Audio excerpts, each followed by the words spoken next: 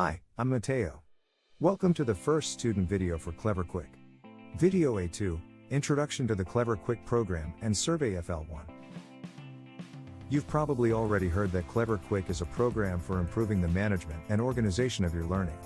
It involves a novel entitled FutureLoop, a series of 22 videos and 7 surveys. Clever Quick is an acronym. That means that each of the letters in Clever Quick stands for an important part of the program.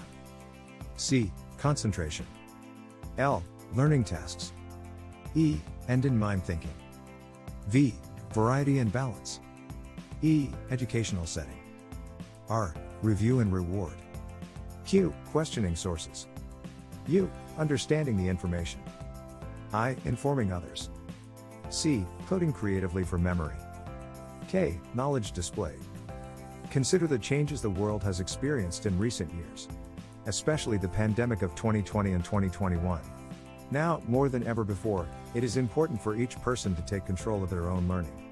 Learning how to learn will equip you for the future. When you need to learn new things, in new ways, you will be ready.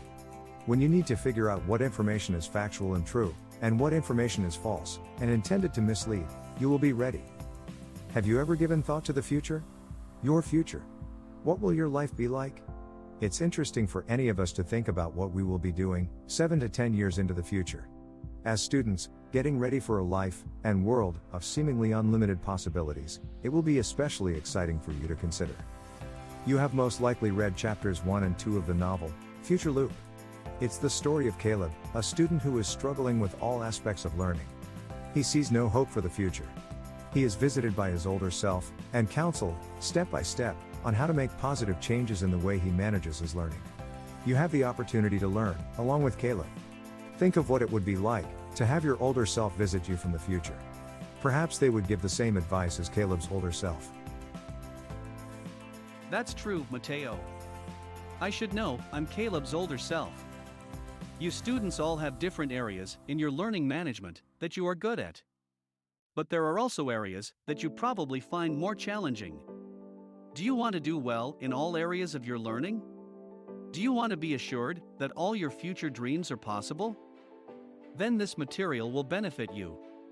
The survey described in this video serves as an introduction to the C part of Clever Quick, concentration. For that reason, it's a good idea to go through it carefully. This survey will serve as an overview to give you an idea of what to anticipate.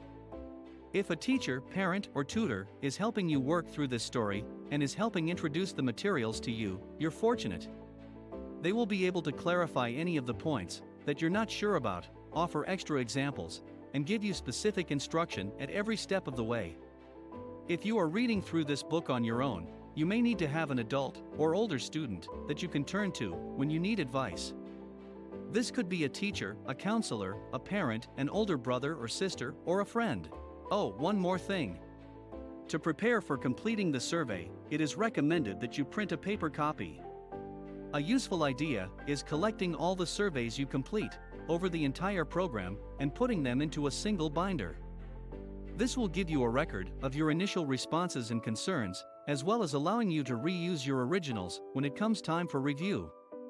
This will be especially useful for Survey FL7, which will include a revisit to the checklists on surveys FL1 through FL6. When you reuse survey checklists in this way, it is advised that you use different colored pens or pencils for dating and circling responses for each revisit. We wish you all the best as your future self reaches your true full potential. Your answers on the survey will help give a picture of how you manage your learning at this time. In particular, the survey will help to identify areas that might be more challenging for you. More effort will be required, on your part, to improve in those areas. Sharing this information with a teacher or a parent will also benefit you as you strive to make positive changes. There are 16 questions and a drawing required on Survey FL1. Please note the directions. Read each of the following statements and circle the number that matches how true that statement is for you. You would circle a 5 if the statement describes you perfectly. That is, if it's totally true for you, all the time. Circle a 4 if the statement is true most of the time for you. Circle a 3 if the statement is true sometimes for you. Circle a 2 if the statement is true only once in a while for you. So, that is occasionally. Circle a 1 if the statement is never true for you at all. How about an example? What number might you circle if the statement was this: I like eating spinach? If you really like spinach salads and spinach and egg omelets, you might circle a 4 or 5.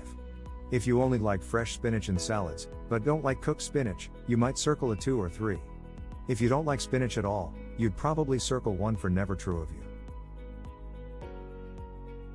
The first 3 questions are important for how you might view this whole program. I'll share how Caleb would probably answer these as we go through. Don't let that influence you. In some ways, you may be like Caleb, but in other ways, you may be quite unlike him. We are all unique individuals with different strengths and areas of challenge. Question 1. I want to be successful with my learning and schoolwork. I remember thinking about this when I was younger. I'd say Caleb would answer a 4 or 5. Now make your selection. Keep in mind, Caleb's answers are how he felt at the beginning of the story. He was pretty down on himself, but he really wanted to do better. Question 2. I believe I'll be able to understand the information presented to me in my school program. I know Caleb was pretty depressed and wasn't doing well. At the start, he would probably choose a 2, or maybe even a 1. Make your selection. Question 3. I'm confident that I will be able to achieve all of my future plans and dreams. Same for number 3. I think Caleb would probably answer a 2 or 1 at the beginning of the story. Now stop the video and go on and complete the rest of the survey. My friend, Mateo, will have a few things to say when you're done.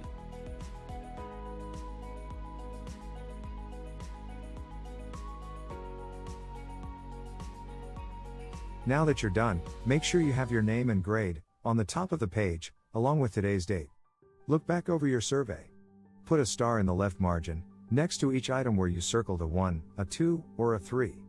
These are the areas you should pay close attention to in the next couple of chapters of FutureLoop, with the accompanying videos, A3 and A4.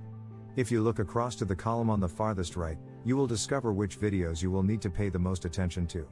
Now, make sure you have added as much detail as possible in the drawing of your study place. If you've completed the survey in class, hand your paper in to your teacher.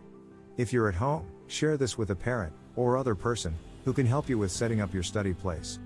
Next up, you will be reading Chapter 3 in FutureLoop and watching video A3. Listen to all the information, looking for tips and suggestions that you can add to what you already do. Pay closest attention to the topics which you start on your survey. We wish you well.